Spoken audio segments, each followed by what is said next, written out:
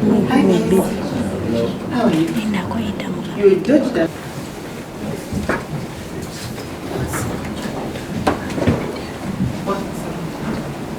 It is evident that there was deprivation resulting from the diversion of pensions.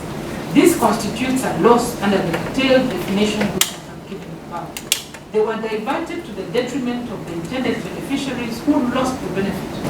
There was also, of course, a failure by the government of Uganda, specifically Okuo, to properly keep what belonged to it as an institution, and I'm satisfied that even the Okuo. Lastly, there was overwhelming evidence that some of the airships were never recovered.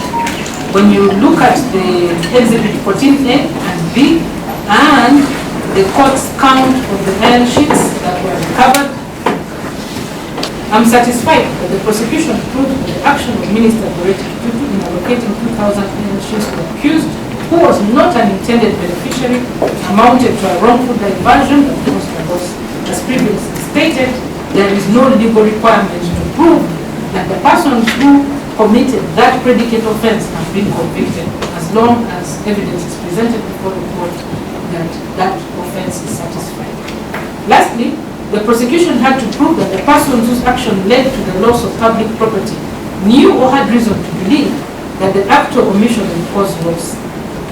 The term having reason to believe is a crucial subjective objective standard. The accused had more than sufficient reason to believe that airships were and that any allocation of the same signal diversion, which is a corrupt act, as I earlier set out, any reasonable person in her position would have had the same reason to believe. I find the prosecution has proved this element. In conclusion, the prosecution has proved all the elements of the offense to the required standard. The assessors advised me to convict the accused, and they added that if there had been bad blood between the minister and the accused, how then could the latter call her to allot her 2,000 airships?